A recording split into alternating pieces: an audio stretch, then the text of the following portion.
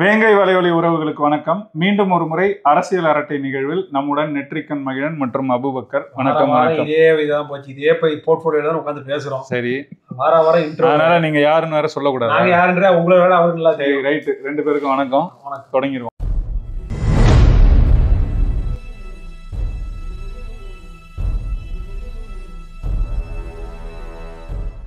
இன்னைக்கு வந்து ஒரு 3 தலைப்பை பத்தி பேசலாம்னு நினைக்கிறேன். ஒன்னு, ஜிடி நாயுடு பேர்ல பாலம்.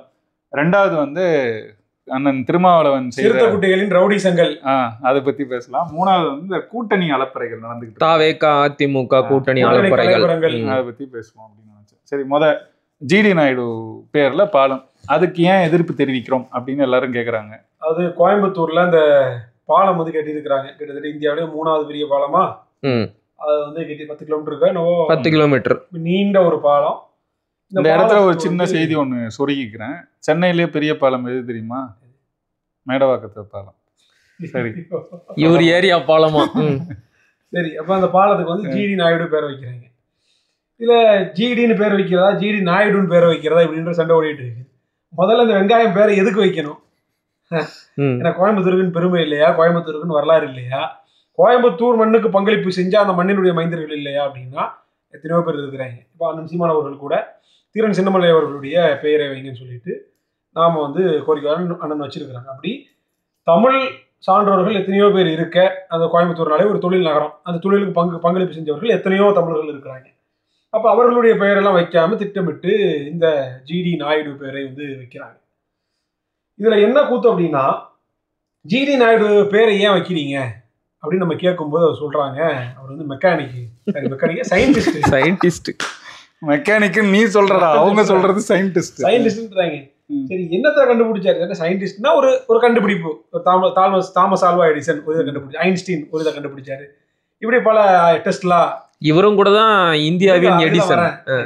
இந்தியாவின் எடிசன். அப்படி ஒவ்வொருத்தரும் ஒரு கண்டுபிடிச்சான்னு சொல்லுவோம்.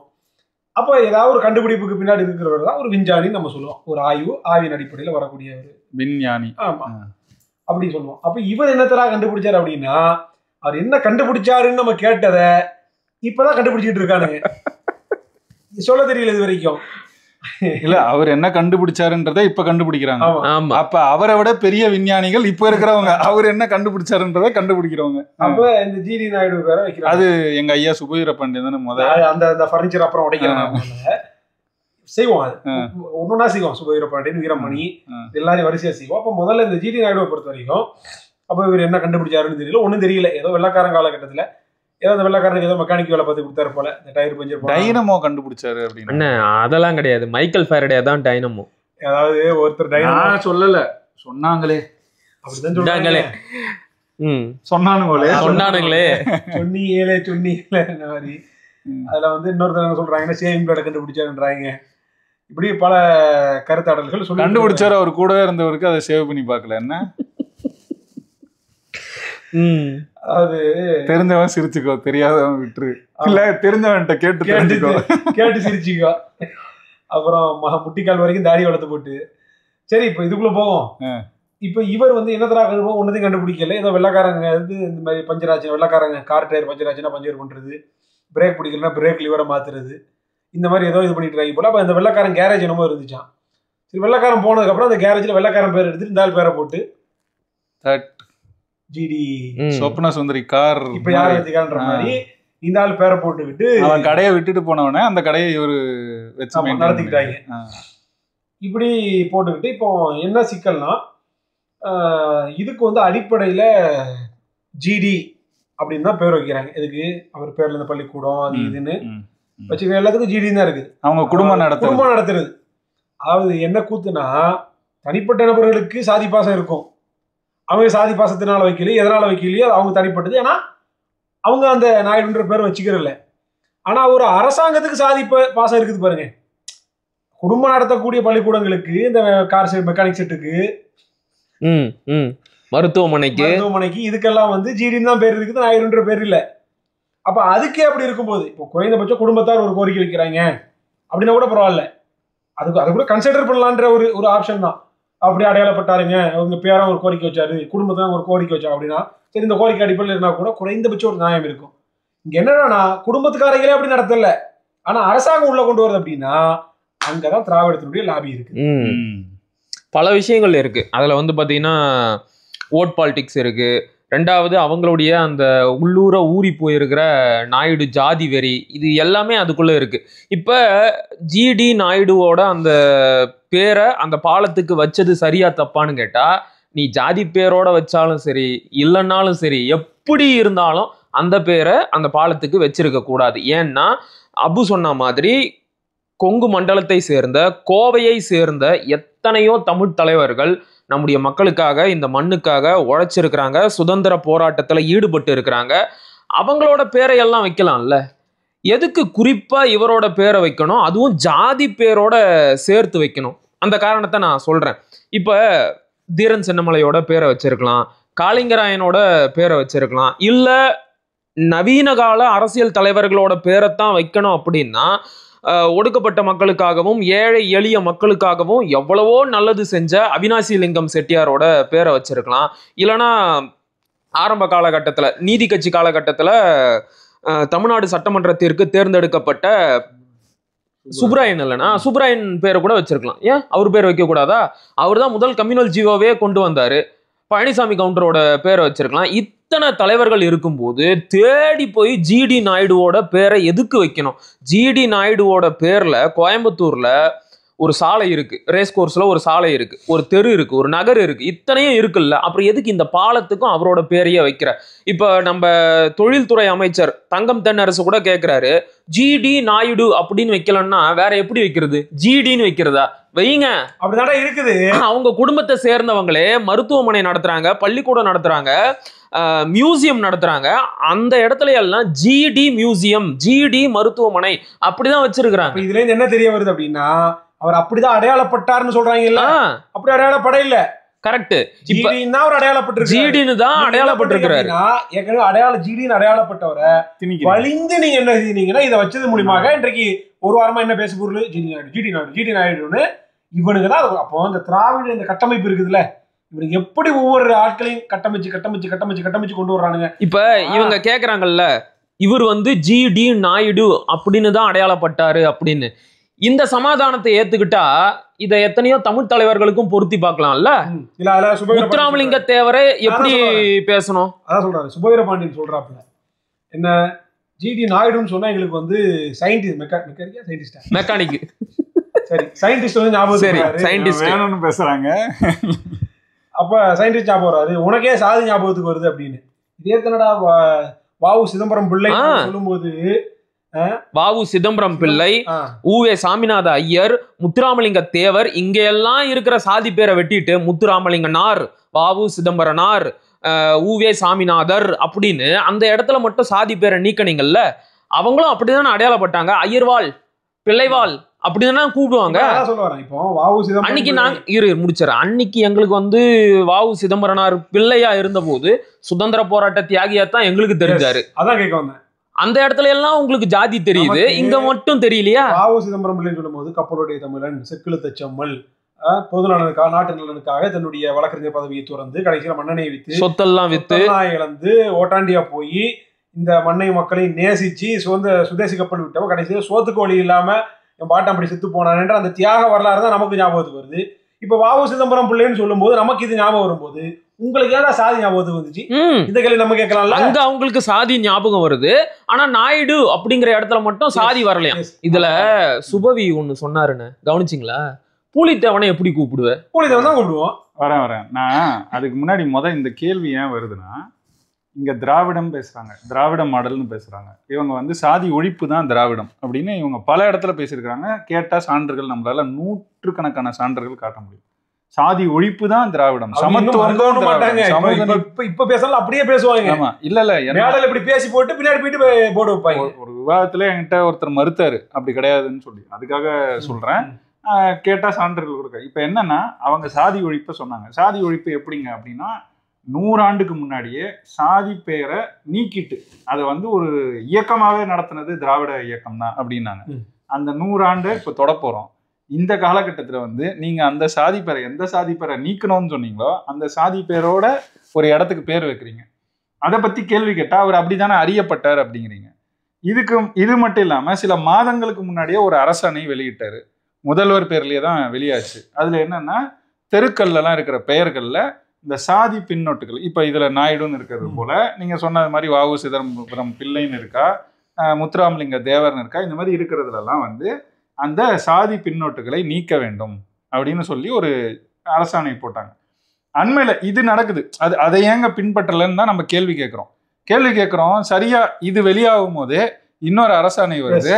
இதுல இந்த தெரு பெயர்களுக்கு மட்டும் இல்லாம இந்த குளங்கள் அதுக்கெல்லாம் பேர் வைக்கும் போது கருணாநிதியின் பேர் வைங்க, எந்த மாதிரி பேர் வைக்கலாம் அப்படின்னு ஒரு பட்டியல்லாம் கொடுக்குறாங்க. அதுல இந்த சாதி பெயர்லாம் நீக்கிட்டு இப்ப இந்த இடத்துலதான் நம்ம கேட்கிறோம், இவ்வளவு சொல்றீங்களே, ஆனா மீண்டும் மீண்டும் பாக்குறோம் மற்ற சாதிகளை நீக்கிறீங்க. சரி நீங்க சொன்னபடி செய்றீங்க அப்படின்னு ஏத்துக்கிட்டா அது ஏன் நாயுடுன்னு வரும்போது மட்டும் அதை நீங்க நீக்க மாட்டீங்க? அப்ப தம்பி சொல்றது மாதிரி அது ஓட் பேங்க் பாலிடிக்ஸ், வாக்குக்கான அரசியல் செய்றீங்க. இதை நீங்க விதைக்கிறீங்க, இது உங்களுக்கு வாக்கா அறுவடையாகும் நம்புறீங்க. இது மட்டும் தானன்னு பார்த்தா இவங்க செயல்பாட்டுல இருந்தா என்னால பல சான்றுகளை காட்ட முடியும். ஒரு சின்ன சான்று ஏற்கனவே நம்ம கீச்சில எல்லாம் போட்டதுதான். காசு பிள்ளைன்னு ஒருத்தர் இருக்கிறார். அவரை வந்து காசு பிள்ளைன்னு தெரியும், இல்லைன்னா எம்எல் பிள்ளைன்னு சொல்லுவாங்க. ஏன்னா அவர் வந்து முதல்ல இந்தியாவிலேயே எம்எல் படிச்சது அவர் தான், மாஸ்டர் ஆஃப் லா. அதே மாதிரி அவர் தான் கிரிமினாலஜிக்கு முதல் புத்தகம் எழுதுனதும் அவர் தான். இன்னும் நிறைய தமிழ் நூல்கள் இதெல்லாம் எழுதியிருக்காரு. சைவ பெரியார் அப்படிலாம் சொல்லுவாங்க அந்த காலகட்டத்தில். அவரை வந்து காசு பிள்ளைன்னு அறியப்பட்டாரு, எம்எல் பிள்ளைன்னு அறியப்பட்டாரு. அவரை வந்து வலிய திணிச்சு கா சுப்பிரமணியனார் நம்ம சொல்லணும். சொன்னது யாரு? ஐயா சுபவீர பாண்டியன். அவர் ஒரு நிகழ்ச்சியை நடத்தி அதுல பேசியும் இருக்கிறார். கா சுப்பிரமணியனார் நினைவேந்தல் அப்படின்னு நடத்துறாங்க. அதே மாதிரி வீரமணியும் அவரை பத்தி பேசுறார். சுபவி நடத்தின நிகழ்ச்சியோட இது வந்து என்கிட்ட இருக்கு, என்னால காட்ட முடியும்.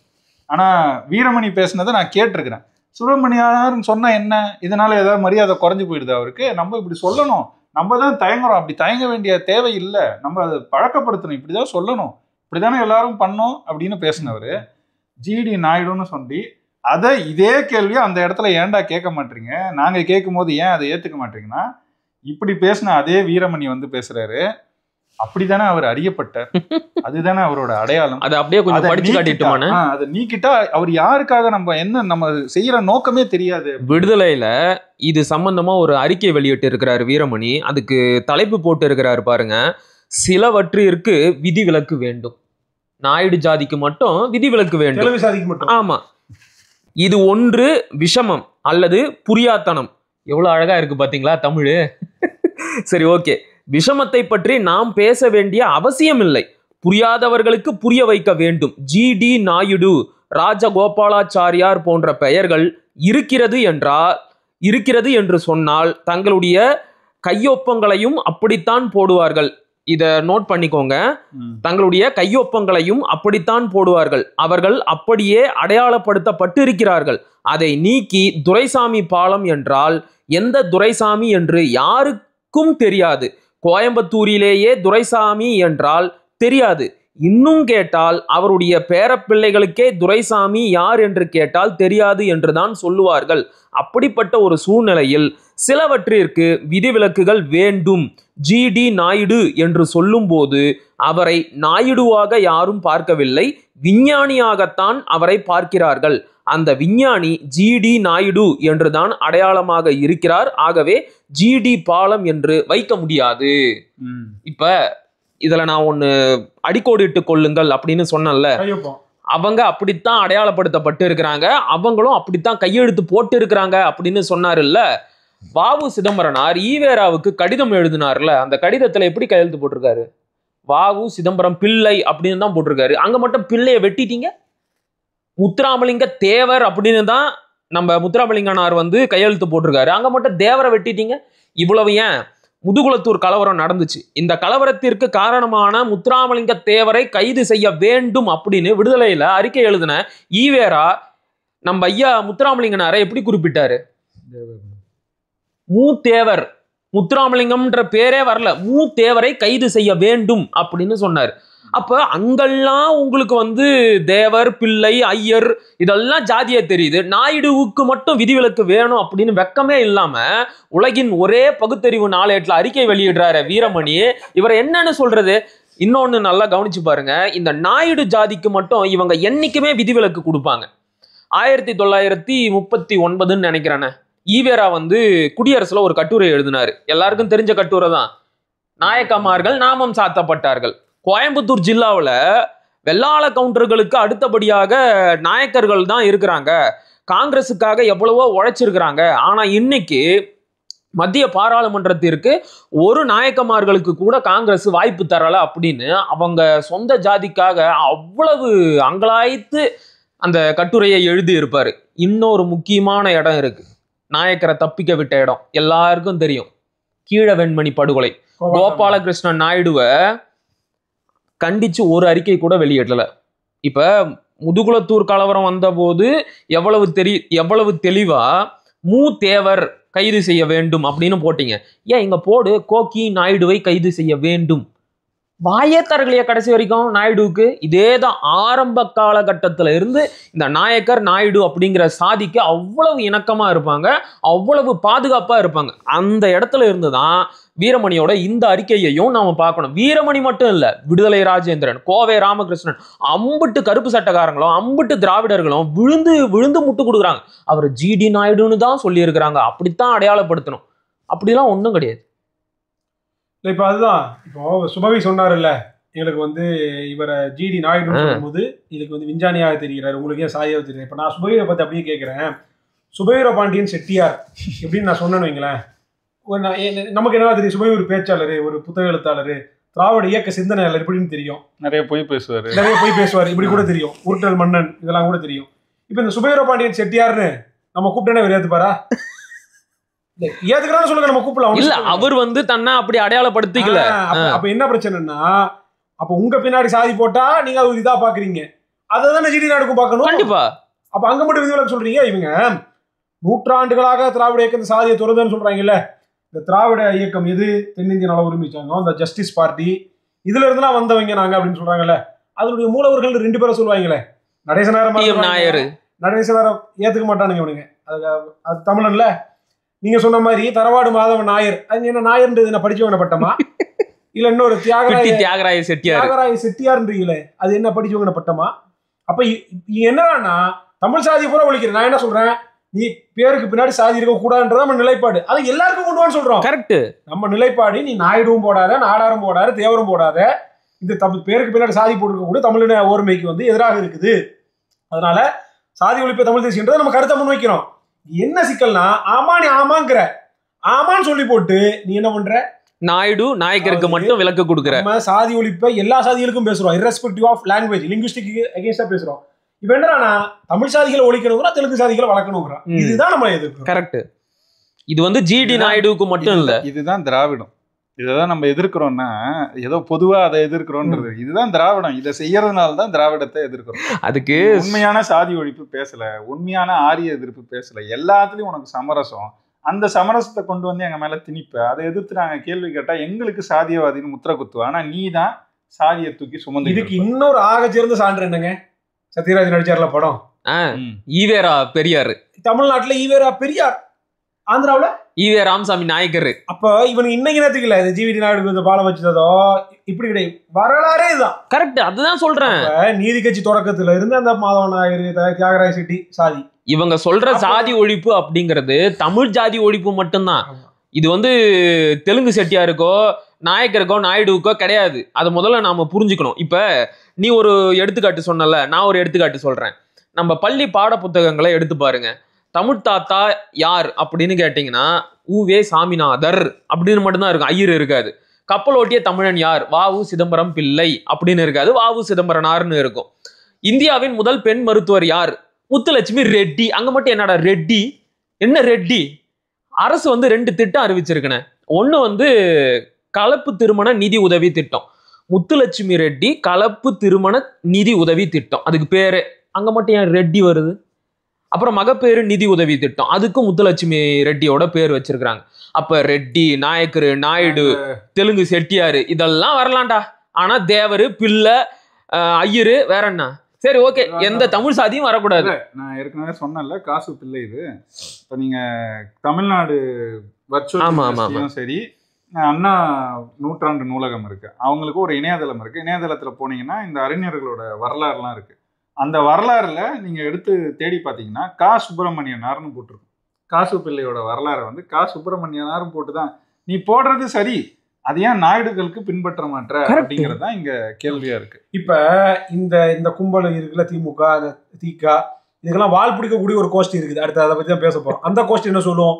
சாதி ஒழிப்பே தமிழ் தேசியம், நாம் தமிழர் கட்சி சீமானா போல தமிழ் தேசியவாதிகள், இந்த அரை டிக்கெட் கா டிக்கெட் எல்லாமே இருக்குதுல்ல, இவங்க எல்லாருமே இது விஷயத்திலேயே வாய் மூடிட்டு இருக்கிறாங்க. பேசி இருக்கிறாரு, அவங்க வேற பஞ்சாயத்துல இருக்காங்க. ஹைகோர்ட் வாசல்ல ஒருத்தர் போட்டு மிதிச்ச சண்டையில இது தொடர்பா வாயத்தரக்கல, யாருமே வாயத்தரக்கல. திருமுருகன் காந்தி இத்தியாதி எந்த ஒரு திராவிட அல்லக்கைகளும் இது தொடர்பாக வாயை திறந்து எதுவுமே பேசல. அப்ப சாதி ஒழிப்பே தமிழ் தேசியம்னு பேசுறீங்களப்பா. நாங்க சொல்றோம் இருக்க கூடாது. நாளை பின்ன நீங்க எங்க போனீங்க? நாளை பின்ன எங்களை நோக்கி கையை நீட்டி நீங்க பேசுறதெல்லாம் போலி தமிழ் தேசியம், நீங்க எல்லாம் வந்து சாதி தேசியம் தான் பேசுறீங்க அப்படின்னு சொல்றதுக்கு உங்களுக்கு எந்த அருகதையும் கிடையாது. இந்த இடத்துல சுபவீர பாண்டியனுக்கு நான் இன்னொரு பதிலையும் சொல்லிடுறேன். பூலித்தேவன் அப்படிங்கிற பேரை நீ எப்படி அடையாளப்படுத்துவன்னு சொன்னார்ல, பூலித்தேவனோட இயற்பெயர் என்ன தெரியுமா? காத்தப்ப பூலார் உடைய தேவர். பூலா உடைய ஐயனார்னு ஒரு ஐயனார் இருக்குண்ணே, அந்த சாமியோட பேரைத்தான் நம்ம பூலித்தேவனுக்கும் வச்சாங்க. அவருடைய இயற்பெயர் வந்து காத்தப்பன் பூலார் உடையர் தேவன். ஒருவேளை நீ வரலாறை சரியா சொல்லி கொடுத்திருந்தோம்னா நாங்க காத்தப்பன்னே சொல்லிட்டு போயிருப்போம், பூலித்தேவன் சொல்லியிருக்க மாட்டோம். இதெல்லாம் ஒரு சப்பக்கட்டுன்னு எப்படி எடுத்துட்டு வந்து முட்டு கொடுக்குறாரு பத்தியா? என்னன்னா பூலித்தேவன்ன்றது வந்து தேவன் அப்படின்னு இருக்கு. இப்ப இதுக்கு வந்து நிறைய சான்றுகள் இருக்கு. அண்ணன் சீமான் ஏற்கனவே இதை கேட்டாருன்னு தான் நினைக்கிறேன். சகாதேவன் ஒரு பேர் இருக்கு, மகாதேவன் பேர் இருக்கு. இப்ப அதுல என்ன தேவன் இருக்கிறதெல்லாம் தேவர் சாதியா? பைத்தியக்காரனுங்க எல்லா சாதியிலையும் வச்சிருக்காங்க இந்த பேரை. மகாதேவன் பேர் என்ன வெறும் தேவர் சாதியில தான் வச்சிருக்காங்களா? இவனை அறிவே கிடையாது. இதெல்லாம் சுவை தெரியாதுன்னு நினைக்கிறீங்களா? நம்மளை விட படிச்சவர், தமிழ் தெரிஞ்சவர். என்னன்னா அந்த திராவிட சாக்கடை அந்த அறிவு எதுக்கு பயன்படுத்துறாருன்னா நாயுடு நாயக்கர் சாதிக்கு முட்டு கொடுக்கறதுக்கு பயன்படுத்துறாரு. இவரே தான் பேசியிருக்கிறாரு, இவரே எழுதியிருக்கிறாரு. குறிப்பா இந்த நாயக்கர்களோட வரலாறை பத்தி பேசியிருக்கிறாரு, கிழிச்சிருக்கிறாரு. அதை பத்தி நூலும் எழுதியிருக்கிறாரு. நான் போன புத்தக கண்காட்சியில அவரோட அரங்குக்கு எப்பவுமே போவேன். நாம தான் போய் ஒரு 10 புக்கியாச்சும் வாங்கிட்டு வருவோம். நான் தோண்டி எடுத்து அங்க இருக்கிறதுல எவனும் வாங்காது இவங்க ஒளிச்சு வச்ச புக்கெல்லாம் கூட நான் தோண்டி எடுத்துட்டு வாங்கிட்டு வந்திருக்கேன். அந்த மாதிரி கியா இது ஒண்ணு வாங்கிட்டு வந்தேன் முன்னாடி. அந்த மாதிரி அவர் எழுதின நாயக்க வரலாறு இருக்கான்னு கேட்டா அதை பார்த்துட்டு வரும் அப்படின்ட்டு போயிட்டு குஸ் குஸ் குஸ் குஸ்ன்னு ஏதோ கொஞ்ச நேரம் பேசிக்கிறானுங்க. அப்புறம் ரொம்ப நேரத்துக்கு பதிலே இல்லை. ஏங்க நான் கேட்டேன் என்னங்க ஆச்சு அப்படின்னு திரும்ப போய் கேட்டா அது தெரியல சார், அது பிரிண்ட் வரலன்னு நினைக்கிறேன் அப்படி. அது அப்புறம் பிரிண்ட் வரலங்கிறது டேய் அதான் நினைச்சேன். அதை போட மாட்டானுங்க, ஒளிச்சு வச்சிருப்பானுங்க. காலகட்டத்துல இவரு அவன் வீரனும் இல்லை பாண்டியனும் இல்லை தானே, என் பேரே வீரபாண்டியன் தான், அவன் வீரனும் இல்லை பாண்டியனும் இல்லை பேசுறாள் தானே. இவரும் இன்னைக்கு என்ன ஆயிடுச்சுன்னா இவரும் வீரரும் இல்ல பாண்டியனும் இல்ல. எனக்கு இது தொடர்பா இறுதி கேள்வினா இது தொடர்பா இறுதி கேள்வின இப்ப அந்த நாயுடு சமூகத்தோட ஓட் பேங்கையோ இல்லைன்னா தெலுங்கு பேசக்கூடிய அந்த ஒட்டுமொத்த சமூகத்தோடையோ ஓட் பேங்கை குறி வச்சு இந்த பேரை வச்சிருக்கிறாங்கன்னே எடுத்துக்கலாம். தொடர்ந்து அவங்க இதே வேலையை தான் செய்யறாங்க. ஏற்கனவே இதே வருஷம் பிப்ரவரி மாசம் நாராயணசாமி நாயுடுவோட பேரை வந்து கோயம்புத்தூர்ல இன்னொரு ரயில்வே மேம்பாலத்திற்கு வச்சிருந்தாங்க. அவர் யாருன்னா இந்த விவசாய சங்க தலைவராக இருந்தார்ல, அவரு தான் நாராயணசாமி நாயுடு. அங்கேயும் நாயுடு அப்படிங்கிற ஜாதி பேரோட தான் பேர் வச்சாங்க. ஸோ தொடர்ந்து அந்த ஓட் பேங்க்ஸ் மனசுல வச்சுக்கிட்டு தான் இவங்க இப்படி செய்யறாங்க. அப்படின்னா அப்போ கவுண்டர்களோட ஓட்டு இவங்களுக்கு தேவையில்லையா, வேணானே முடிவு பண்ணிட்டாங்களா? அது தமிழ் மக்கள் யோசிக்கணுமே, சிந்திக்கணுமே. இதுதான் அப்ப செந்தில் பாலாஜி இருக்கு. ஆமா, ஓ அவரு ஓகே ஓகே ஓகே அவர் வாங்கி கொடுத்துருவாரா? உங்களுக்கு ஜிடி நாயுடு மாதிரி செந்தில் பாலாஜி. ஓ ஓகே ஓகே, காசு கொடுத்தா நீங்க வந்து யாருக்கு வேணாலும் ஓட்டு போட்டுருவீங்கன்ற ஒரு கேவலமான எண்ணம் அவங்களுக்கு இருக்கு பாருங்க. தொடக்கத்துல அபு சொன்ன ஒரு புள்ளியோட இதை முடிச்சுக்குவோம். என்னன்னா அவங்க குடும்பத்தினரே அதை பயன்படுத்தல, ஜிடின்னு தான் பயன்படுத்துறாங்க. அப்படின்னா வீரமணியோட அறிக்கை படிச்சிங்களா, அதுல கடைசியில கூட அவங்க குடும்பத்தினர் வந்து அவருக்கு பிறகான தலைமுறை வந்து இந்த சாதி பின்னோட்டை பயன்படுத்தல, அதுவே சுயமரியாதை இயக்கத்தின் வெற்றி தானே அப்படின்னு கேட்டுதான் அந்த அறிக்கையை முடிச்சிருப்பாரு. அதை தான் என்ன நாங்களும் சொல்றோம், அவங்க தான் விட்டாங்கல்ல, நீயும் விட்டுட்டு வேற வைக்க வேண்டியதானே. இதெல்லாம் தாண்டி இது பெரிய சர்ச்சையா கேள்விகள் எழுந்த உடனே பதில் வருது எங்க அரசு தரப்புல இருந்து. யாருக்கிட்ட இருந்து வந்துச்சு? தங்கம் தென்னரசு. தங்கம் தென்னரசு இவரும் பேசியிருந்தாரு, நம்ம ஏவாவேலும் பேசியிருந்தாரு. பேசும்போது அவங்க குடும்பத்துக்கிட்ட பேசிட்டு நாங்க முடிவெடுப்போம் அப்படிங்கிறாங்க. குடும்பத்துக்கிட்ட கேட்டுட்டு தான் பேர் வச்சிங்களா? குடும்பம் அப்படி பயன்படுத்துறாங்களா? அதுதான் இவ்வளவு நேரம் பேசணும். குடும்பமே பயன்படுத்தலன்னு சொல்றோம். இந்த பேரை ஜிடி பாலம்னு வைக்கணும்னா அதுக்கு குடும்பத்துக்கிட்ட கேட்கணுமா? ஜிடி நாயுடு மேல அவங்க குடும்பத்துக்கு பாசம் இருக்கோ இல்லையோ, ஏவாவுக்கு பாசம் இருக்குது. அதுக்கு என்ன காரணம்ன்றது எல்லாருக்கும் தெரியும். அவ்வளவுதான். சரி, இப்ப லெட்ஸ் மூவ் டு சிறுத்தை குட்டிகள், சிறுத்தைகளின் சேட்டைகள். சிறுத்தைகள் என்ன பண்ணிருக்காங்கன்னா, ஒரு 4 நாள் முன்னாடி உங்க கோர்ட் வாசல்ல தான் நடந்திருக்கு. அது என்ன நடந்துச்சுன்னா, உச்ச நீதிமன்ற நீதிபதி BR கவாய், ஆமா, இவருக்கு எதிராக ஒரு வழக்கறிஞர் என்ன பண்றாரு, செருப்பு விட்டுறாரு, ஷூவை தூக்கி அடிச்சிடறாரு. இது பெரிய பேசு பொருளாகுது. ஆனா அவர் மேல பெரிய அளவுக்கு எந்த நடவடிக்கையும் எடுக்கல. ஏன்னா ஒரு சோகால்டு உயிர் சாதி அப்படி இப்படின்னு சொல்றாங்க. ஆர்எஸ்எஸ் பின்புலம் சனாதனி எனிஹவ் எப்படியோ ஒரு RSS பேக்ரவுண்ட்ல இருக்கக்கூடிய ஒரு வழக்கறிஞர் போதுமே. அப்ப சனாதன தர்மத்தை இழிவுபடுத்தி விட்டார் அப்படின்னு தான் சொல்றாங்க. இழிவுபடுத்திட்டாருன்னா இம்பீச்மெண்ட் ப்ரொசீடிங்ஸ் கொண்டு வாங்க, தகுதி நீக்கம் செய்யுங்க, பல வாய்ப்புகள் இருக்கு, அதை என்ன வேணா செய்யலாம்.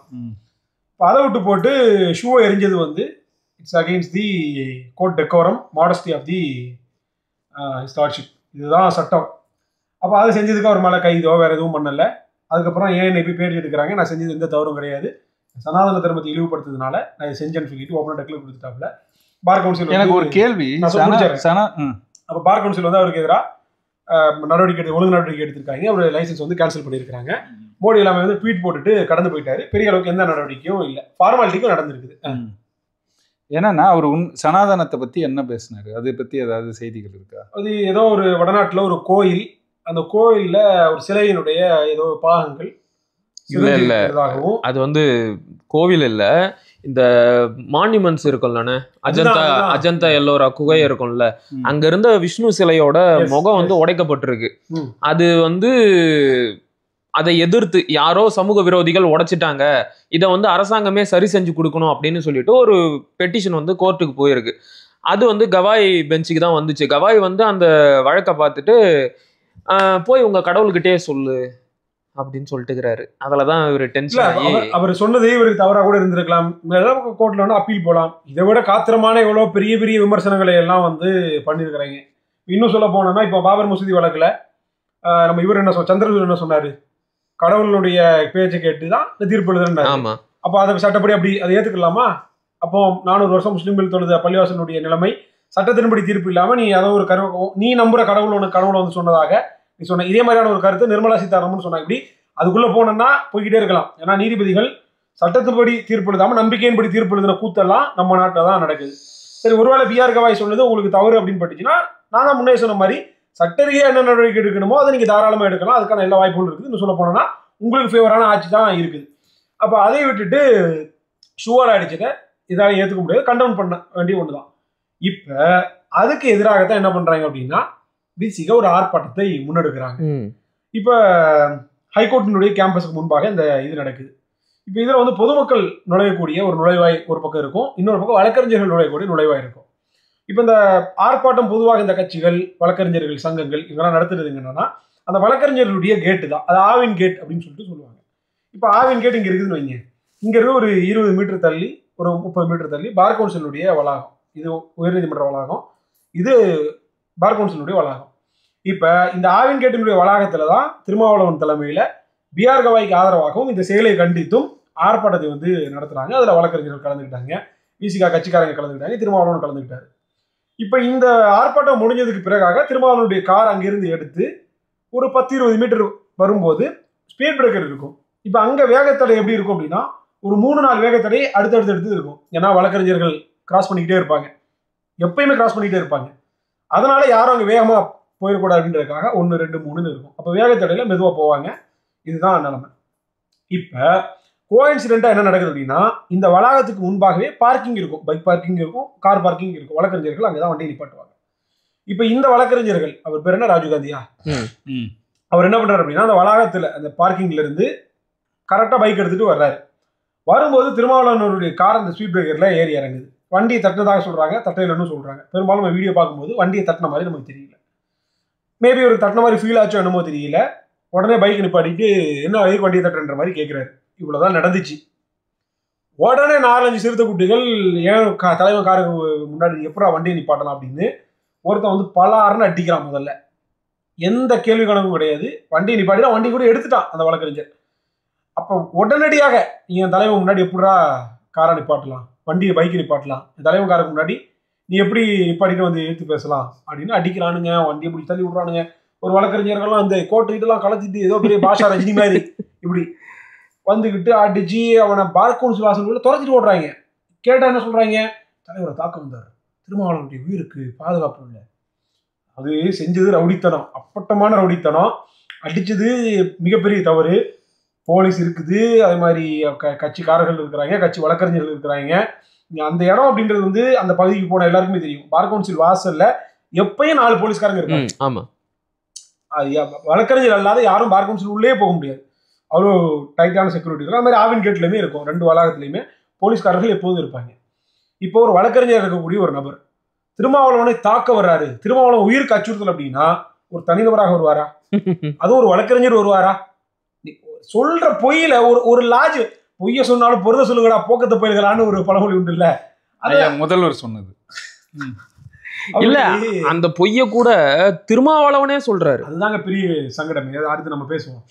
இப்ப என்ன பண்றாங்க, போயிட்டு அடிச்சு பார் கவுன்சில் உள்ள போய் துரத்திட்டு ஓடி பண்ணிட்டாங்க. சம்பவம் முடிஞ்சு போச்சு. இப்ப இவனுக்கு பக்கம் எஃப்ஐஆர் திரும்பிடக்கூடாதுல்ல, உடனே சாலை மறியல். அங்கேயே இந்த செய்திகளை போட்டு நாகப்பட்டினத்துல அங்க 4 சிறுத்தை குட்டிகள் சாலை மறியல். எதுக்கு சாலை மறியல்? Z+ செக்யூரிட்டி பாதுகாப்பு கொடு, Z செக்யூரிட்டி பாதுகாப்பு கொடு. ஏற்கனவே உங்க ஆளு எம்பிப்பா, அவர் ஏற்கனவே வந்து எஸ்கார்ட் போலீஸ் இருக்கிறாங்க, பாதுகாப்பு எல்லாம் இருக்குது, எல்லாமே இருக்குது. எவனா ஒரு அப்படி திருமாவளவனா அடிக்கணும்னு வச்சேன்னா ஒரு வழக்கறிஞர் என்னப்பா செய்வான்? கூலிப்படையை வச்சு எவனா ஒரு 10 பேரை இறக்கி விட்டு ஏதாவது பண்ணுவான். ஒரு வழக்கறிஞர் அவனே அவனுடைய சொந்த வண்டியில அவனே இதை போட்டுக்கிட்டு வந்துக்கிட்டு எவனா தாக்க வருவானா? அப்படி முதல்ல அது இவ்வளவு டைட்டா இருக்கக்கூடிய செக்யூரிட்டி இருக்கக்கூடிய ஒரு இடத்துல தனி ஒரு நபரை அவனா தாக்க வருவானா? கரெக்ட். சிறுத்தை குட்டிகளுடைய வேலை மோடஸ் ஆபரண்டி இதேதான். மோடஸ் ஆபரண்டினா உன்னை குற்றம் செய்ய ஒரே விஷயத்த திரும்ப திரும்ப செய்யறது. 1.5 மாசத்துக்கு முன்னாடி என்ன வேலை பார்த்தானுங்க டிஜிபி ஆபீஸ் முன்னாடி? ஏர்போர்ட் மூர்த்தி அதே கூத்து நடந்துச்சு. அவர் ஏதோ மனு கொடுக்கறதுக்காக போயிருந்தாரு, பாமக காரங்க வர்றதுக்காக காத்து இருந்தாரு. உடனே ஏர்போர்ட் மூர்த்திகளை தாக்க வந்தார். எவ்வளவு பெரிய கொடூரம் இது! நீ பண்றது ஃபுல்லா அப்பட்டமான ரவுடிசம், நீ பண்ற பொறுக்கித்தனம் சொல்ல போனா வெளிப்படையா.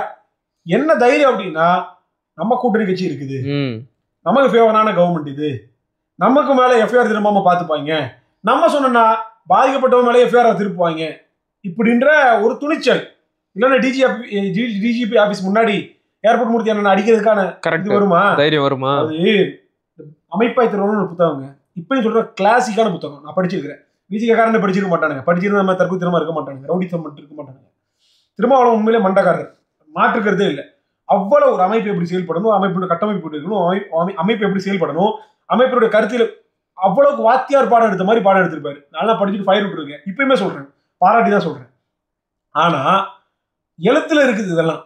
குறைந்தபட்சம் உங்க கட்சிக்காரங்களுக்கு நீங்க இந்த அறத்தை, இந்த ஜனநாயக பண்பை இதெல்லாம் கொடுத்துருந்தீங்க அப்படின்னா அவன் எப்படி பொறுக்கிற மாதிரி ரவுடிசம் பண்ணிட்டு இருக்க போறான்? இன்னும் திருமாவளவனுடைய இதுல எனக்கு இப்ப சந்தேகம் தோணுது. சரி, ஏதோ ஆத்திரப்பட்டு அடிச்சுட்டானுங்க, அதோட அது முடிஞ்சிருச்சுன்னா பிரச்சனை கிடையாது. ஆனா அதை நியாயப்படுத்துறதுக்குல ஒரு ரவுடிசத்தை எத்தனை பொய்ய கொண்டு இவங்க நிறுவ முயற்சி பண்றாங்க. 2 அடுக்கடுக்கா பொய் சொல்றாரு அவரே. இது நடக்குது 7ஆம் தேதி நடக்குது. 8ஆம் தேதி அன்னைக்கு முகநூல்ல பேசுறாரு, லைவ் முகநூல் லைவ். அடிக்கடி அவங்க கட்சி வணக்கம் அது மாதிரி பேசும்போது அதுல சொல்றாரு, அதுல இந்த போராட்டத்தை பத்தி சொல்றாரு. அப்படியே சொல்லிட்டே வரும்போது ஒரு இடத்துல இதை பத்தி அப்படியே தொட்டுட்டு போறாரு. தொடும்போது அது அவர் வந்து இறங்கி கைய வீசிக்கிட்டே என்னை நோக்கி வந்தாரு, ஆவேசமாக வந்தார். அது பார்த்தா அந்த மாதிரி தெரியல வீடியோ காணொலியில. இடிச்சுதா இல்லையாங்கிறது எனக்கும் உங்களை, ஏன்னா அது வந்து இடிச்சா மாதிரி எனக்கும் லைட்டா இல்ல, இடிச்சது லைட்டா வந்து அந்த வண்டிய ஸ்கூட்டியோட இந்த பக்கம் லைட்டா தட்டுச்சு. அவர் என்ன பெரிய காரா இருந்தோடனே லைட்டா அப்படி திரும்பி டிரைவரை பார்த்து என்ன அப்படின்னு கேட்டிருக்காரு. அதுக்குதான் 50 பேர் இறங்கி வந்து அவரை அடிச்சு இது நடந்திருக்கு. சரியா? இத பாக்குறோம், காணொலி இருக்கு. ஆனா அவர் வந்து கையை இப்படி வீசிக்கிட்டே வந்தார் அப்படிங்கிறாரு. அதுக்கப்புறம் நம்ம தோழர்கள் ஒன்றும் அடிக்கலாம் இல்ல, பச்சையா தெரிந்தார்கள்.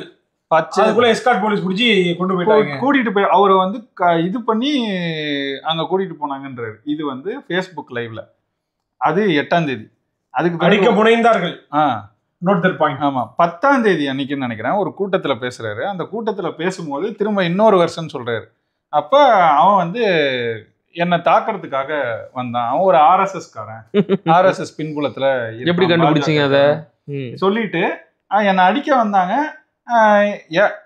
அதுல என்னன்னா அப்படியே மாத்திட்டாரு. இவரை நோக்கி தானே வந்ததா சொன்னாரு. இந்த மேடையில பேசும்போது சொல்றாரு, அங்க உடனே நின்ன உடனே நம்ம ஆட்களை இறங்கி கேக்குறாங்க, என்னப்பான்னு கேக்குறாங்க. அவங்கள உடனே முறைக்கிறாரு. அதுக்கு அவங்க 2 தட்டுனாங்க. அது கூட சரியா தட்டல.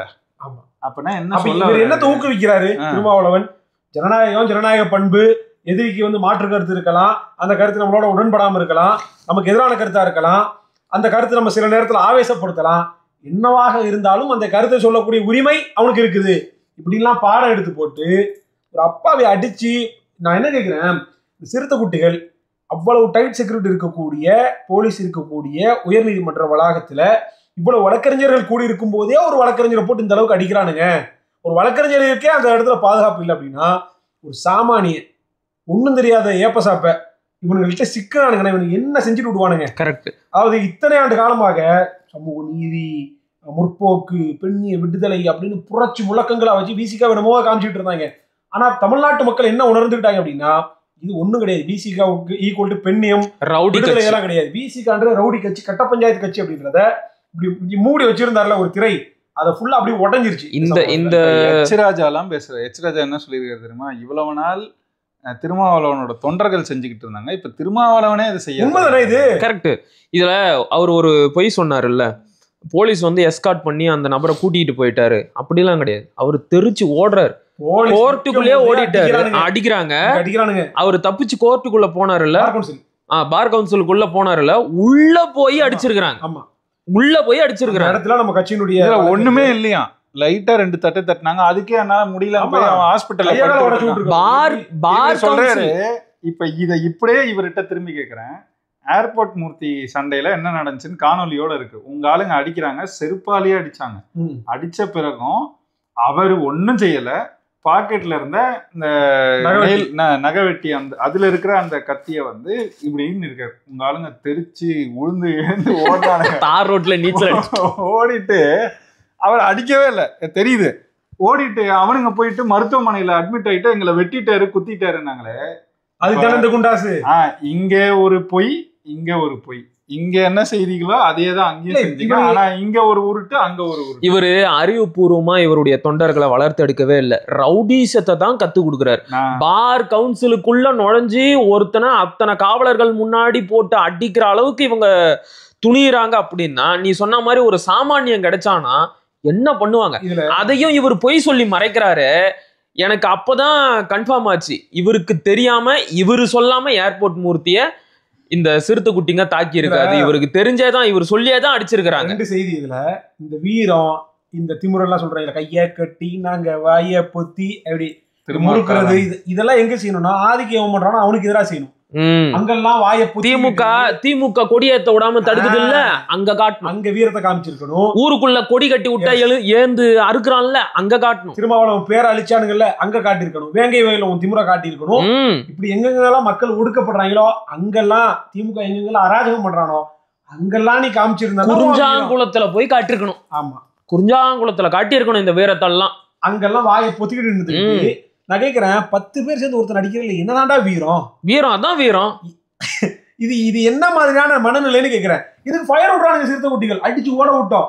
10 பேர் ஒருத்தர் அடிக்கிறது வந்து கேவலம்டா, அது கோலத்தனம்டா, அது கோலத்தனம். இன்னொன்னு என்ன சொல்றாங்க, இப்ப நம்மள திருமாவளவன் காழ்ப்புணர்ச்சியில நாம் தமிழர் கட்சிக்காரங்க என்ன சாதிச்சிட்டீங்க உங்க மேல நாங்க காழ்ப்புணர்ச்சி பண்றதுக்கு? உண்மையில நமக்கு பரிதாபமா தான் இருக்குது. 30 வருஷம் எல்லா கட்சி கூடயும் கூட்டணி வச்சு இப்பதான் அங்கீகரிக்கப்பட்ட கட்சி. நாங்க 15 வருஷம் தனியா நின்று யாரு கூடயும் கூட்டணி சேராம அங்கீகரிக்கப்பட்ட கட்சி. உங்களுக்கு தான் எங்க மேல போறாம. ஆமா, இதுல நான் இன்னும் அதே சொல்லிடுறேன். இப்ப நாம் தமிழ் கட்சிக்காரங்களுக்கு நம்ம பொறாமன்னு சொல்றாங்கல்ல, இதே அண்ணன் திருமாவளவன் அவர்களுக்கு என்னென்ன பிரச்சனை எல்லாம் வந்த போதும் நம்ம தான் தாங்கி நின்றோம். கரெக்ட். எச்ராஜா சொன்னதா சொன்னீங்க. எச்ராஜா திருமாவளவனுடைய வேர் எங்க இருக்குதுன்னு கேட்டாரு.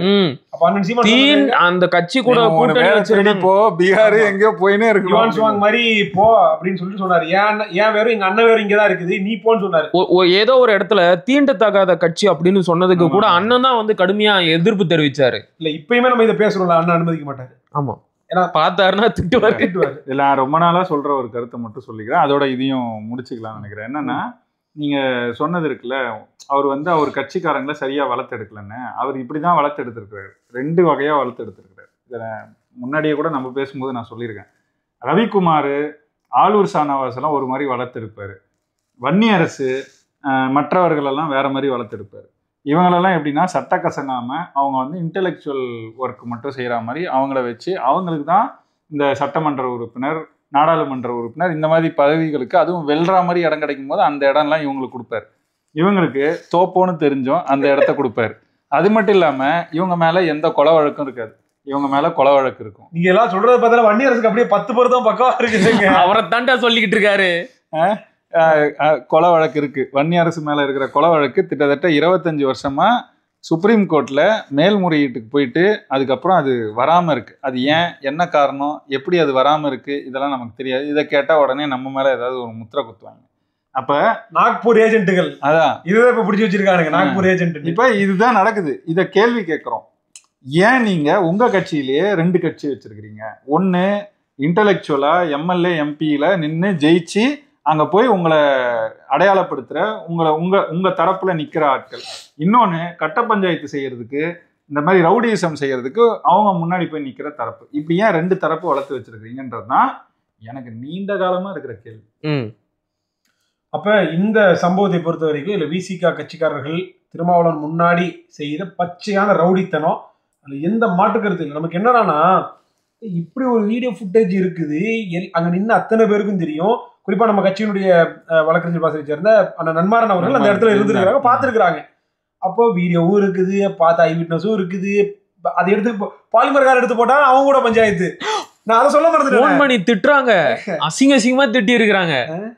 இது அதுதான் அண்ணன் திருமாவளவன் இன்னைக்கு ஒரு ட்வீட் ஒன்று போட்டிருக்கிறார். என்னன்னா, உயர்நீதிமன்றத்தின் அருகே கடந்த அக்டோபர் 7 அன்று எனது வண்டியை வழிமறித்து நிகழ்வின் பின்னணி குறித்து நான் எழுப்பியுள்ள அச்சத்தில் உள்ள உண்மையை உணர்ந்து எனது பாதுகாப்பை பற்றி கவலையுடன் கருத்துக்களை பதிவு செய்து என்னை ஆற்றுப்படுத்திய தோழர் திருமுருகன் காந்தி, மூத்த ஊடகவியலாளர் உமாபதி, நெல்லை முபாரக், இயக்குனர் ப. ரஞ்சித், உலகநாயகன் அண்ணன் கமலஹாசன், யூடியூப் அந்த பேர்லாம் நான் சொல்ல மாட்டேன், என் சேனல்லே சொல்ல மாட்டேன், அவர் எழுதிக்கிட்டு இருக்காரு, மற்றும் சமூக ஊடக செயற்பாட்டாளர்கள் உள்ளிட்ட அனைவருக்கும் எனது மனமார்ந்த நன்றி. போட்டோ காமிங்களேன், காமிச்சிருங்க.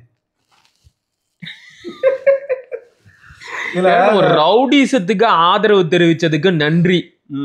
அதுல யாருக்கெல்லாம் பாரு, திருமுருகன் காந்தி தான் இதுக்கு முன்னாடி பேசின தலைப்புல வாயை திறக்காதவன் இதுக்கு வாயை திறக்கிறான். வீடியோ போட்டு மூத்த ஊடகவியலாளர் யார் தெரியுமா? உமாபதி. இந்த குச்சி ஐஸ் வைக்கிற மாதிரி கேபிஒய் பாலாவை பத்தி மட்டுமே பேசிட்டு ஃபேமஸ் ஆன அந்த உமாபதி. இனிமேல் அப்படிதான் அவரை பிராண்ட் பண்ணணும், கேபிஒய் பாலா உமாபதி அப்படின்னு.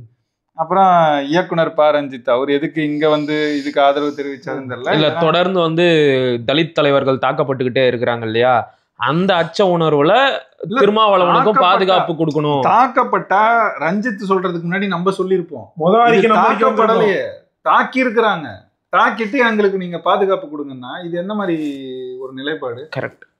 இதை எப்படி நம்ம ஏத்துக்கிறது? இந்த மனநிலையை தான் நம்மளால ஏத்துக்க முடியல. இப்போ நான் தவறா இருக்கு. நான் தான் சொல்ல வந்தேன், இப்போ பாலிமர் காரன் தான் முதல்ல எடுத்து போட்டு ஃபிளாஷ் ஆக்குறான், உடனே அவனுக்கு எதிரா ஏன் நாக்பூர் ஏஜென்ட்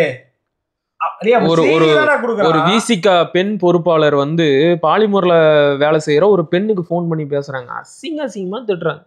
என்னதான் நீங்க சொல்லி கொடுத்தீங்கன்னு ஒண்ணுமே புரியலையே. இப்ப அதுக்கப்புறம் என்ன பண்றாங்க, அந்த பத்திரிகையாளர் சங்கமா யூனியன் எல்லாம் சேர்ந்து இந்த இப்ப புதுசா தேர்ந்தெடுத்தாங்க, ஆமா, அவங்க எல்லாம் சேர்ந்து நீங்க எப்படி பேசலாம்னு உடனே அவனுக்கு எதிரா நாக்பூர் ஏஜென்ட், இந்த நாக்பூர் இந்த ஒரு டேக வச்சுக்கிட்டு எல்லாருக்கும் முத்திர குத்த வேண்டியது. நாக்பூர் ஏஜென்ட்டுகளால எங்க தலைவருடைய மயிரை கூட பிடிக்க முடியாது. உங்க தலைவர் மயிரை பிடிக்க சலூன் கிடையாது. நீங்க ரவுடிசம் பண்ணி இருக்கிறீங்க சரியா, அது தப்பு அப்படின்னு சுட்டி காட்டினா உடனே கேட்கறவனை எல்லாம் வந்து நாக்பூர் ஏஜென்ட் அப்படின்னு முத்திர குத்த வேண்டியது. நம்மள சொல்லும் போது இதுல இந்த வன்னியரசு சாதி வெறி கும்பலாம் சொல்லு, நீ சொல்றதுனால யார் அம்பலப்படுறாங்க. அது இது வந்து என்னன்னா, நான் அடிக்கடி பல காணொளிகள்ல சொல்லியிருக்கிறேன், வசதியா ஒரு வட்டத்துக்குள்ள இருக்காங்கன்னு, ஒடுக்கப்பட்ட சமூகத்தை சேர்ந்தவர்கள் அப்படின்னு. அந்த வட்டத்துக்குள்ள இருந்துகிட்டு என்ன வேணும்னாலும் பண்ணலாம், நம்மளை எதிர்த்து யாரு கேள்வி கேட்டாலும் என்ன விமர்சனம் பண்ணாலும் ஜாதி வெறியர்கள். அதான் திருமா மேல இவ்வளவு வன்மம், உடனே இந்த டேக குத்திரலாம்ல, கேட்ட கேள்விக்கு பதில் வராது. இவங்க இந்த மாதிரி மிஸ்யூஸ் பண்றதுனால என்ன ஆகுதுன்னா, உண்மையாலுமே பாதிக்கப்படுவாங்கல்ல அவங்க. இதனால இவனுங்களுக்கு இதே தாண்டா வேலை, இப்படி எதனா பண்ணுவாங்க என்று உண்மையா பாதிக்கப்படுறவங்களும் இவங்களால இது பண்றாங்க. கரெக்ட். ஊர் உலகமே அந்த காணொலியை பார்த்துச்சு. வண்டி இடிச்சிருக்கு, அந்த நபர் ஒன்றும் அடிக்க வந்த மாதிரியே தெரியல. அதுக்குள்ள இவ்வளோ போய் அதுக்கு பின்னாடி இவ்வளோ கதை நல்லா இல்லை. திருமாவளவனுடைய உயரத்திற்கு இதெல்லாம் வந்து கொஞ்சம் கூட நல்லா இல்ல, அசிங்கமா இருக்கு. 5 அடி இருப்பாரா இல்லையா? அரசியல் அனுபவத்தில் ரொம்ப பழைய நகைச்சுவை. அடுத்துக்கு போயிருவோம். இப்ப அதிமுக திரும்பவும், அதாவது அவரும் ரோட் ஷோ நடத்திக்கிட்டு பிள்ளையார் சொல்லி போட்டாச்சு. ரோட் ஷோ நடத்திக்கிட்டு இருந்தாரு. இப்ப ரோட் ஷோக்கு அனுமதி இல்லைங்கிறதுனால கூட்டம் நடத்த தொடங்கிட்டாரு. அந்த கூட்டத்துல ஒரு இடத்துல பேசும்போது அங்க அவங்க கட்சி கொடியை விட அதிகமா தாவேக்கா கொடி பறக்குது.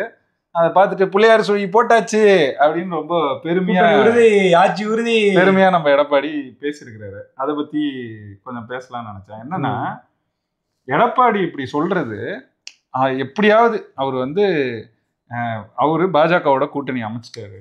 பாஜகவோட ஏற்கனவே கூட்டணியில இருந்தவங்கன்னா கூட்டணி வந்து வெளியே போயிட்டாங்க. பன்னீர்செல்வம் போயிட்டாரு, டிடிவி தினகரன் போயிட்டாரு. இது நடந்துச்சு. செங்கோட்டையன் இவர் கட்சி தான்டா, கட்சியில இருந்து போயிருக்காரு. சரி, அதனால இது நடக்குது இல்லையா? இது நடக்கும்போது பாஜகவும் இவரும் ஒன்னா சேர்ந்தா வெல்ல முடியாது அப்படிங்கிறது இவருக்கு நல்லா தெரியுது. அதனால என்ன பண்றாரு, யாராவது ஒருத்தரை உள்ள கொண்டு வரணுங்கிறதுக்காக தான் கொஞ்ச நாளைக்கு, இப்போ கூட ரொம்ப அண்மையில கூட நான் பார்த்தேன், சீமான் நாம் தமிழர்னு கொஞ்சம் அன்பா பாசமா பேசுற மாதிரி பேசினாங்க. இங்க ஒரு பணம் விழுந்துருச்சு, இவங்க நிகழ்ச்சியில இது நடந்துருச்சு, 41 இறப்பு.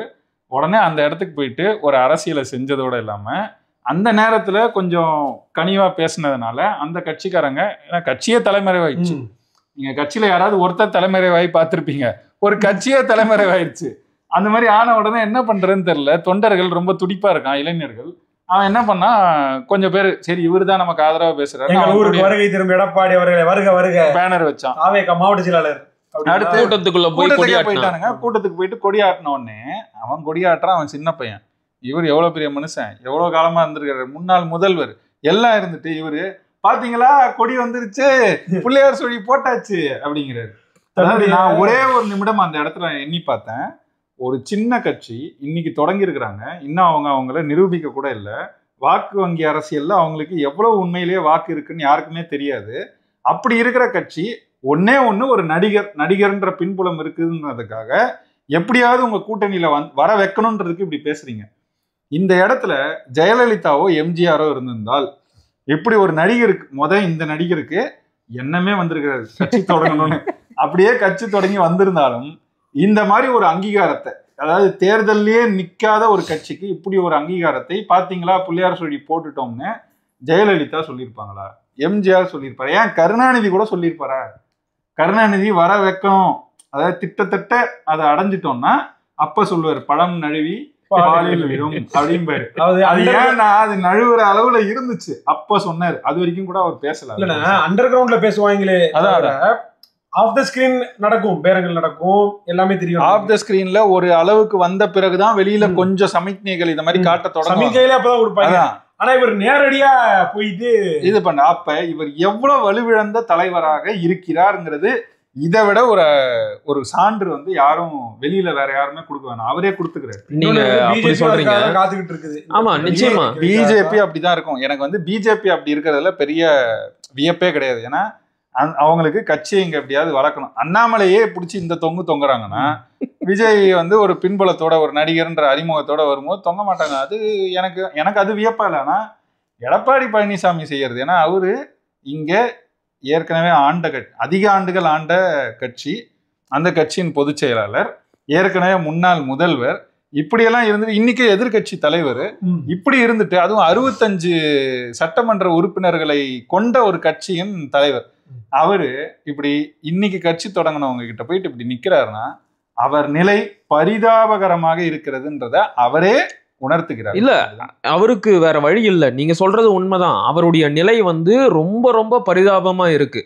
2026 தேர்தல் என்பது அதிமுகவிற்கு வாழ்வா சாவா என்ற போராட்டம். 2019 நாடாளுமன்ற தேர்தலில் இருந்து தொடர்ந்து தோல்விகளை மட்டும்தான் சந்திச்சுக்கிட்டு வராங்க. இன்னும் ஒரு முறை தோத்தா அதிமுகவும் அழிவை நோக்கி போயிடும். எடப்பாடி பழனிசாமியோட தலைமை மேலையும் தொண்டர்கள் வந்து நம்பிக்கை இழந்துருவாங்க. இப்படிப்பட்ட சூழல்ல இந்த கரூர் சம்பவத்திற்கு பிறகு பலவீனம் அடைந்திருக்கக்கூடிய விஜயை எப்படியாச்சும் தன்னுடைய பக்கத்துக்கு இழுத்துக்கணும் அப்படின்னு அதிமுகவும் சரி பாஜகவும் சரி 2 பேருமே முயற்சி பண்றாங்க. பாஜக தான் இப்ப விஜய்க்கு எல்லா விதத்திலையும் பேக்கப் பண்ணி உதவி செஞ்சுக்கிட்டு இருக்கிறாங்க. அதை நாம கண்கூடா பார்த்துக்கிட்டு இருக்கிறோம். 2வது, இந்த கூட்டத்துல வந்து கொடியாட்டினாங்க அப்படின்னு சொன்னீங்கல்ல, முதல்ல வந்து குமாரபாளையம் தொகுதியில தான் வந்து கொடியாட்டினாங்க. 2 கொடி மட்டும்தான் ஆடுச்சு. அது வந்து என்னன்னா, எனக்கு தெரிஞ்சு குரங்க விட்டு ஆழம் பார்க்குற மாதிரி இவருடைய கட்சிக்காரரை வச்சே ஐயா வந்து இந்த கொடியாட்டி எக்ஸ்பிரிமெண்ட் பண்ணியிருக்கிறார். பெருசா தாவேகா தரப்புல இருந்து எந்த ஒரு மறுப்பும் எதிர்ப்பும் வரவே இல்லை, இப்போ வரைக்கும் வரல. அடுத்தடுத்து 2 சுற்றுப்பயணம் போகும்போது அந்த கொடிகளோட எண்ணிக்கை வந்து அதிகமாச்சு. கவனிச்சிங்களா? 2 நாளாச்சு, 4 8 ஆச்சு, 10 ஆயிருச்சு. இப்ப நேற்றைக்கு வந்து ஒரு தாவேகா தம்பி பேட்டியா கொடுத்துருக்கிறாரு. தலையில வந்து அவங்க கட்சி துண்டை கட்டிக்கிட்டு, நாங்க வந்து அதிமுக பாஜக கூட கூட்டணி வச்சு திராவிடத்தை ஒழிக்க போறோம். தம்பி, திமுகன்னு சொல்லணும். தற்கூரின்னு சும்மாவாடா சொல்றோம் உங்களை. இத நான் பார்க்கல, எனக்கு இப்பதான் தெரியும். நான் காட்டுறேன், வீடியோ இருக்கு, நீங்க என்ன அட்டாச் பண்ணி விடுங்க. நாங்க வந்து திராவிடத்தை ஒழிக்க போறோம். அப்ப அதிமுகவுல திராவிடம்னு ஒண்ணு இருக்கு, அந்த திராவிடத்தை என்ன பண்ணுவீங்க? சரி, எப்படியோ ஒண்ணு இவருடைய பிளான் வந்து இப்ப சக்சஸ் ஆயிருச்சு. அவர் வந்து அந்த குரங்கு குட்டியை விட்டு ஆழம் பார்த்தாரு, கொடியை வச்சு ஆட்டி பார்த்தாரு. பெருசா எந்த ஒரு எதிர்ப்பும் வரல. நீங்களே உங்களுடைய காணொலியில கூட சொல்லியிருப்பீங்கண்ணே, அமித்ஷா கிட்ட விஜய் பேசினாரு, பாஜக தரப்புல இருந்து முக்கியமான நபர் கூட பேச்சுவார்த்தை போய்கிட்டு இருக்கு, இத்தனை செய்திகள் வருது. காங்கிரஸ் தரப்புலயும் பேசினார். எதுக்குமே மறுப்பு வரலையே. இல்ல, நாங்க பேசல, எங்களுடைய கொள்கை எதிரிகளோட எங்களுக்கு என்ன பேச்சுவார்த்தை, அவங்களோட என்ன எங்களுக்கு உடன்பாடுன்னு எதுவுமே வரல. அப்ப உண்மை இருக்கு, பேசுறாங்க. மௌனம் சம்மதம். முடியிற நேரத்துல சரி, அப்படியே மொபைல் லைட் ஆன் பண்ணி பேசிடலாமா?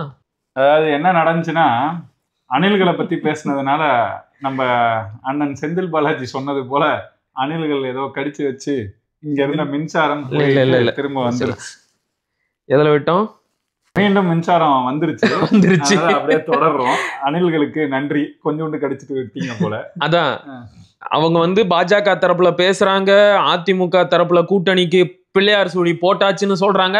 ஆனா எதுக்குமே அந்த பக்கத்துல இருந்து மறுப்பு வரல என்ற உடனே நாம வந்து ஒரு விஷயத்தை உறுதிப்படுத்திக்கலாம், கூட்டணி போறதுக்கு விஜய் அவர்கள் தயாராயிட்டார். ஏன்னா அவரும் கூட ஒரு கார்னர்ல போய் மாட்டிக்கிட்டார். அதை பத்தி விரிவா நம்ம தனியா கூட பேசிக்கலாம், ஏன் எதுக்கு அப்படிங்கறத பத்தி. 60 அடி ரோட்ல தான் போய் மாட்டினாரு. இல்லண்ணே, அதுக்குள்ள நிறைய விஷயம் இருக்கு. இப்ப திமுக ஏன் வந்து இவரை வழக்கு போடாம ஆதவ அர்ஜுனாவை கைது செய்யாம காப்பாத்திக்கிட்டு இருக்கு? அதுல பெருசா பேசுறது இல்ல. என்னன்னா, நான் கைதே பண்ணல, ஆனா இவனுக்கு எவ்வளவு நாள் தலைமறைவா இருக்கானுங்க. கரெக்ட். இதுல யார் அவமானப்படுறது? எந்த கட்சிக்கு அசிங்கம்? திமுக மேல நம்ம இத வந்து திமுகவை எதிர்க்கல திமுகவை கடுமையா கடந்த ஒரு வாரமா எல்லா கெட்ட திமுக ஏன் வந்து புசி ஆனந்த கைது பண்ணல? இவ்வளவு கேட்டும் திமுக ஏன் நடவடிக்கை எடுக்காதுன்னா, எடுக்க மாட்டாங்கன்னா எடுக்காது. ஏன் எடுக்காதுன்னா, அவங்க அப்படியே விட்டா அசிங்கப்படுறது யாரு? தாவேகா தான். இத்தனை நாள் ஆச்சு. இப்ப எத்தனை நாள் ஆச்சு? அது ஒண்ணு. இன்னொன்னு திமுக என்னன்னா, இவனை போய் கைது பண்ண போய் இவன் பயத்துல அவன் கூட கூட்டணி போய் அவன் ஏதாவது தேர்தல் இந்த பல கணக்கு இருக்கா? இப்ப 15 நாளா ஒரு கட்சியோட பொதுச் செயலாளர், துணை பொதுச் செயலாளர்கள், இப்படி நிறைய பேர் தலைமறைவா இருக்காங்க. ஒட்டுமொத்த கட்சியும் தலைமறைவா தானே இருக்கு. இது யாருக்கு அசிங்கம்? என்ன சொல்றாங்க? சவுத் ஆப்பிரிக்கா டேனி மாதிரி கப்பல்ல ஒளிஞ்சிருக்கா சொல்றானுங்க, சேலத்துல எங்கேயோ மில்லுல ஒளிஞ்சிருக்கிறதா சொல்றாங்க. எங்கத்தாயா ஒளிஞ்சிருக்கிறீங்க? இது உண்மையிலே யாருக்கு இழுக்கு? அந்த கட்சிக்கு தான் இழுக்கு. அப்ப திமுக இதை விரும்பிதான் செய்யுது. இதை புரிஞ்சுக்காம நம்ம இதை எடுத்து பேசினா நம்மளே வந்து கடிக்கிறானுங்க. டேய், உண்மையிலே அரசியல் தெரிஞ்சா கொஞ்சம் பாருங்கடா. திமுக தாண்டா விஜய பாதுகாக்குது. இப்ப அபு சொன்ன மாதிரி திமுக ஏன் வந்து தாவேகா மேலையும் தாவேகா தலைவர்கள் நிர்வாகிகள் மேலையும் நடவடிக்கை எடுக்கல அப்படின்னா, அதுக்கு பின்னாடி நிறைய கணக்கு இருக்கு. ஒண்ணு, விஜய் மேல கைய வச்சா அவங்களுடைய தொண்டர்கள் வந்து ஏதாச்சும் ரகலை பண்ணுவாங்க, சமூக விரோத செயல்கள்ல ஈடுபடுவாங்க. இது ஒண்ணு. 2வது, அபு சொன்ன மாதிரி ஓவரா நெருக்கிட்டே இருந்தா டக்குன்னு கூட்டணிக்குள்ள போயிடுவாரு. அது வந்து திமுகவிற்கு ஆபத்து. 2வது, விஜய் தனியா நிக்கணும், அதுதான் திமுகவோட விருப்பமும் கூட.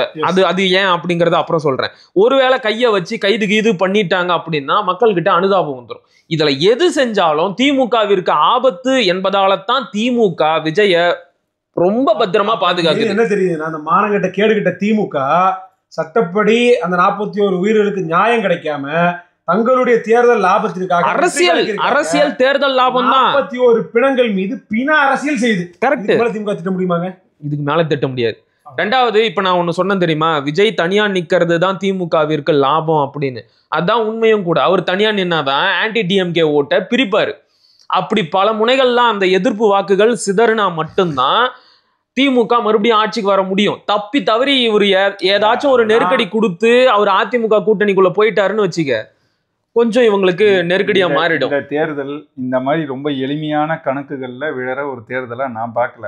இப்படி எல்லாம் நடந்துடாது. இது அதை விடவும் ரொம்ப காம்ப்ளிகேட்டடா தான் இருக்கும். இந்த தேர்தலை அணுகிற இந்த காலகட்டம் வரைக்கும் இருக்கு. இது டிசம்பர் ஜனவரியில மாறுதாங்கிறத எல்லாரும் மாறும். ஆனா இப்போ வரைக்கும் நடக்கிறத பார்த்தா நமக்கு தெரிகிற இந்த தென்படுற இந்த சமிக்ஞைகள் எல்லாம் பார்க்கும்போது விஜய் எப்படியாவது கூட்டணிக்குள்ள போயிடணும். அது எந்த கூட்டணி, எப்படிப்பட்ட கூட்டணிங்கிறது மட்டும்தான் இப்போதைக்கு அவருக்கு ஏதோ கொஞ்சம் குழப்பத்தில் இருக்க மாதிரி தெரியுது. அதிக அளவு அதிமுக கூட போகணும்னு அவர் விரும்புறது போலவும், அது பாஜக இருந்தாலும் பரவாயில்லங்கிற நிலைக்கு இந்த கரூருக்கு பிறகு அவர் வந்துட்டது போலவும் தான் பாஜக அதுக்கான சூழல்களை நீதிமன்ற வாயில் வழியாக செஞ்சுக்கிட்டு இருக்குது. நாளைக்கு என்னன்றதை ஏறக்குறைய தெரிஞ்சிடும். இப்படிதான் சொல்றாங்க. நீதிமன்றத்தில் என்ன நடந்துச்சு தெரியுமா? நாம் தொண்டிச்சுக்காரங்க எல்லாம் விகுத்து பேச மாட்டேன். நீதிமன்றத்தில் என்ன நடந்துச்சுன்னு உங்களுக்கு தெரியுமா? நம்ம நீதிமன்றம் சில அப்சர்வேஷனை கேட்குது. அதாவது நீதிமன்றத்தில் வாதம் போது தாவேக தரப்பு வாதத்தை கேட்குறாங்க, பாஜக தரப்பு வாதத்தை கேட்குறாங்க. ஏன்னா பெட்டிஷனர் எல்லாமே உமானந்தன் வந்து அதில் ஒரு வழக்கு போட்டிருந்தாங்க சிபிஐ. இது எல்லாமே என்னன்னா ஒவ்வொரு பிரேயருக்கும் ஒவ்வொரு செட் ஆஃப் கேள்விகள். இதை வந்து ஒட்டு மொத்தமா நடந்த மாதிரி. இப்போ நாளைக்கு வரப்போறது வந்து சிபிஐக்கு வழக்கை மாற்ற கோரிய வழக்கில் தீர்ப்பு. ஆனா மற்றபடி இந்த நடந்தது என்ன, அதுக்கு யாரு பொறுப்பு, இதெல்லாம் இதை பத்திலாம் சில கேள்விகள், சில பிரேயர்ஸ் வந்தபடி பாத்தீங்கன்னா ஓப்பன் கோர்ட் ஆர்குமெண்ட்டை வச்சு போட்டு இவன் என்ன நீதிபதி கேள்வி கேட்டிருப்பாங்க. இப்ப நீதிபதி போஸ்ட்மார்ட்டம் நடந்ததை பத்தி கேள்வி கேட்பாங்க. நீதிபதி என்ன கேள்வி கேட்பாங்க? ராத்திரி எப்படிங்க போஸ்ட்மார்ட்டம் பண்ணீங்க, எப்படி 41 உடல்களை வந்து போஸ்ட்மார்ட்டம் எப்படி நீ 3 மணி நேரத்துல பண்ண முடியும் இப்படின்னு கேட்டிருப்பாங்க. எத்தனை டேபிள் இருந்துச்சுன்னு சரி, இந்த கேள்வியில கேட்டிருப்பாங்கல்ல. 2 பாத்தீங்களா, நீதிபதி கேட்டாரு 41 எப்படி பண்ணீங்க, அடுத்து பதில் சொல்லியிருப்பாரு நீதிபதி. இவர் வழக்கறிஞர் தரப்புல இல்லங்க நான் ராத்திரியே பண்ணல, இல்ல மறுநாள் காலையில வரைக்கும் பண்ணிடுறோம். அவங்க பதில் என்னன்னா எல்லா டீடைல்ஸோட திரும்ப ஆஜராயிருந்தாரு. நான் உதாரணத்துக்கு சொல்லி காமிக்கிறேன். வில் ஃபைல் டீடைல் அஃபிடேவிட்னு பதில் சொல்லிட்டாரு. இதுதான் பதில். இன்னும் அடுத்து ஒரு அஃபிடேவிட் என்ன ஃபைல் பண்றாரு, அதுல திரும்ப கொஸ்டின் என்ன ஏற்படுது, ஃபைனல் செட்டில் கோர்ட் என்ன சொல்லுது அப்படின்னு ஒரு ஆர்டர் வரும்போதுதான் தெரியும். நீதிபதி இப்படி எப்படிங்க பண்ணீங்கன்னு கேட்டோன்னா நீதிபதி கிடுக்கிப்படி கேள்வி பாத்தீங்களா. இவனுக்கு எந்த அளவுக்கு என் தலைவன் போட்ட வீடியோ 18 மில்லியன் ஓடிச்சு. நீதிபதி போட்டா 18 மில்லியன். என் தலைவனுக்கு 10 மில்லியன் ஃபாலோவர்ஸ் இன்ஸ்டாகிராம்ல இருக்கு. இவ்வளவு கொந்தளிக்காத. நாளைக்கு இவனுங்க வகையா மாட்டுவானுங்க. ஏன்னா இவங்க டீட்டெயிலா வந்து பிரமாண பத்திரம் தாக்கல் பண்ண போறாங்கல்ல, அதுல இவங்க சதி கோட்பாடா அங்க போய் பேசி இருக்கிறாங்க. அதுக்கு எதுக்குமே வீடியோ எவிடன்ஸ் இல்லை. ஆனா இவர் பேசிக்கிட்டு இருக்கும் போதே பல பேர் மயக்கம் போட்டு விழுந்ததுக்கான வீடியோ எவிடன்ஸை கலெக்ட் பண்ணிட்டு போய் கொடுப்பாங்க. அதையெல்லாம் பாக்குற நீதிபதிகள் நாக்கப்புடுங்கிற மாதிரி விஜயை பார்த்து கேள்வி கேட்பாங்க. அன்னைக்கு வச்சுக்கிறேன் கட்சி.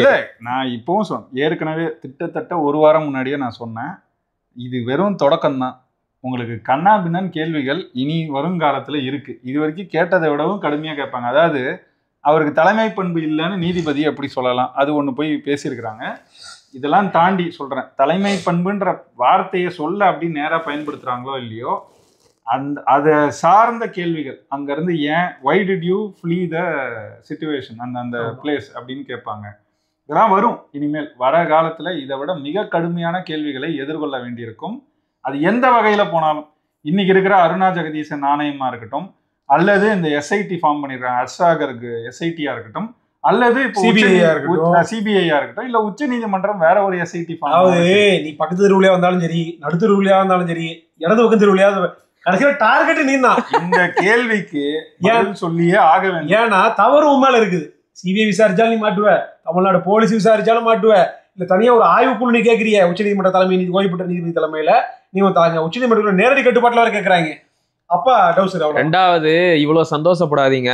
உங்களுடைய கரூர் மாவட்ட செயலாளர் அஷ்ராகருக்கு கிட்ட 2 நாளா வாக்குமூலம் கொடுத்திருக்கிறாரு. அதுல மேல பறந்துச்சுல்ல 60 ட்ரோன் கேமரா, அது யாருடைய ஏற்பாடு, அதுல இருக்கிற ஃபூட்டேஜ் எல்லாம் எங்க இருக்கு அப்படின்னு கேட்டதுக்கு அது எல்லாம் தலைமையோட ஏற்பாடு, தலைமை கிட்ட தான் இருக்கு அப்படின்னு சொல்லிட்டாரு. அவனை அது கிடைச்சதுன்னு வையு, வேற ஒரு விஷயம் சொல்றாங்க, அது இங்க பேச வேணாம், தேவையில்ல, இன்னும் வரட்டும், இன்னும் வரட்டும். அப்போ இருக்கு இன்னும் பல அரசியல் நிறைய இருக்கு. இன்னும் அவங்க வண்டியில இருந்து எடுத்த அந்த 8K இருக்கிற குவாலிட்டியான வீடியோஸை இது வரைக்கும் அவங்க வெளியிடல. ஒப்படைக்கிறதுக்கு கேட்டிருந்தாங்க, ஒப்படைச்சாங்களான்ற செய்தி இது வரைக்கும் மெட்டீரியல். அதனால அது சரி, ஒப்படைச்சாலும் அவங்க கேட்டதுக்கு ஒப்படைச்சிருக்கணும். ஒப்படைச்சிருந்தால் ஒப்படைச்சிட்டாங்கன்ற செய்தியாவது வந்திருக்கணும். இது வரைக்கும் அதுவும் வரல. அப்ப அதை ஏன் செய்யாம இவ்வளவு நாள் இந்த குழப்பத்தை ஆயுத பூஜை கொண்டாடினாங்கல்ல?